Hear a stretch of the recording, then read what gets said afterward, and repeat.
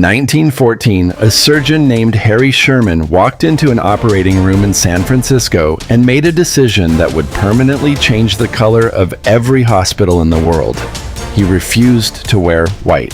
His colleagues thought he had lost his mind. White was the color of medicine.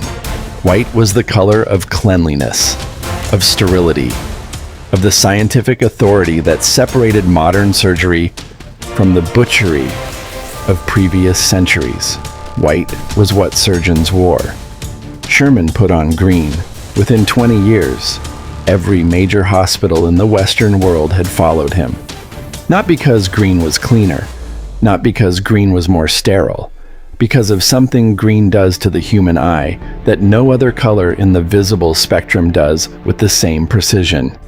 Green is the color directly opposite red on the chromatic wheel. When the human eye stares at red for an extended period, which surgeons do, operating inside a human body for hours at a time, the red receptors in the eye become fatigued.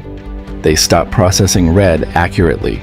They begin to generate a false image, a green afterimage, that floats across the surgeon's vision like a ghost, obscuring the surgical field at the exact moment precision matters most.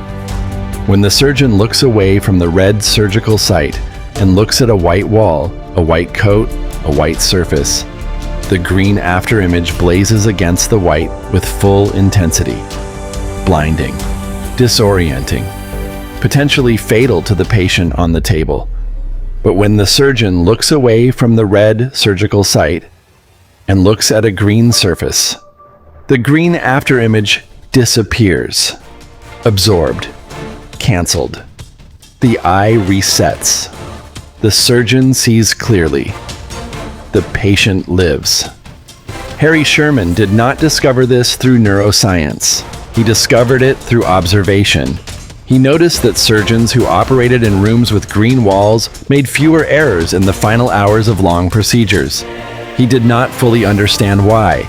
He acted on what he observed, and what he observed was the most precise biological relationship between two colors that exists in the human visual system.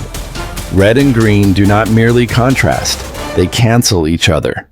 And the cancellation, in the right hands, in the right room, is the difference between life and death. This is the first thing you were never told about green. It is not the color of nature in any simple or poetic sense. It is the color the human eye built its entire red processing system around, as a counterweight, as a reset, as the biological answer to the most critical color the nervous system monitors. Green is not the opposite of red, the way cold is the opposite of hot. Green is the cure for what red does to the eye.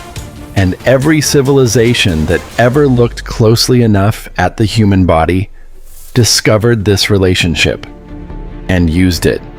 Not always in operating rooms, not always with surgical precision, but always with the same understanding. Green reaches into the human nervous system through a door that red left open. And what enters through that door has been shaping human behavior, human belief, and human perception for longer than any institution that has ever tried to own it. In 1516, a banker named Jakob Fugger died in Augsburg, Germany. He was the wealthiest private individual in the history of Europe up to that point. He had financed the Holy Roman Emperor. He had financed the Pope. He had financed wars, coronations, and the election of kings. And in the last decade of his life, he made one decision about color that his accountants initially refused to implement. He ordered that every ledger page recording a profit be written in green ink. Every page recording a loss in red. This was not decoration. This was not personal preference. This was the first recorded use of color coding in Western financial history. And the color he chose for profit was not gold, not silver, not any color that the eye would associate with wealth and treasure. Green. The decision spread across European banking within a generation. Within a century, the association between green and money, green and growth, green and financial safety was so deeply embedded in Western culture that it felt ancient. It was not ancient. It was a banker's decision. Made in 1516, adopted because it worked. And what made it work was not symbolism, it was biology. Green is the color the human eye detects with the highest level of sensitivity in conditions of normal daylight. The eye has more receptors tuned to the green frequency than to any other color in the visible spectrum, which means green, in the right context, creates a neurological sensation of clarity, of visibility, of being able to see everything that is present without obstruction. A page of numbers written in green ink felt, to the eye processing it, more legible than the same numbers in black, more certain, more stable, more trustworthy. Jakob Fugger understood this without neuroscience. He understood that a banker who wanted clients to feel confident in his records needed those records to feel like the eye could see everything clearly. Green gave the eye that feeling. The clients felt it. They trusted it. They did not know why. This is the second historical fact about green that no financial textbook traces to its origin. When you look at a trading screen today, and the profitable positions are displayed in green, you are looking at a decision made by a 15th century German banker who understood something about your eye that you were never taught in school. The green on your trading screen is not telling you that the position is profitable. It is telling your nervous system that what you are seeing is clear, stable, and safe to trust. The profit information is in the numbers. The feeling of trustworthiness is in the green. They are not the same thing. But your nervous system receives them simultaneously and files them under the same category. This conflation between the clarity green gives the eye and the trustworthiness green gives the mind is the engine beneath every green thing in the modern financial and medical world. The hospital room, the trading screen, the pharmacy cross, the exit sign above every door in every public building in America. All green, all exploiting the same biological relationship between the human eye and the one color it was built to trust above all others. Not because green is trustworthy, because green is visible. And the eye, in its oldest, most fundamental programming, mistakes what it can see clearly for what is safe. You have been trusting green your entire life, without knowing that trust was biological before it was rational. Every exit sign in every public building in America is green, not red, not white, not any color that intuition would suggest for urgency and escape. Green.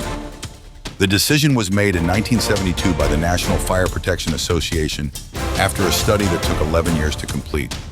The finding was specific. In conditions of smoke, darkness, and panic, the human eye locates green faster than any other color. Faster than red, faster than white, faster than the color of emergency that every instinct says should guide people to safety. In the worst moment of a person's life, in a burning building, in complete disorientation, in the biological state where the prefrontal cortex shuts down and the oldest part of the brain takes control, that oldest part of the brain looks for green, because green means visible, and visible means a way through, and a way through means survival. The exit sign is not green because someone chose it. The exit sign is green because the human eye, in 4 billion years of evolution, never found a faster path to locating safety than the color it processes with the most receptors, at the highest sensitivity, in the darkest conditions.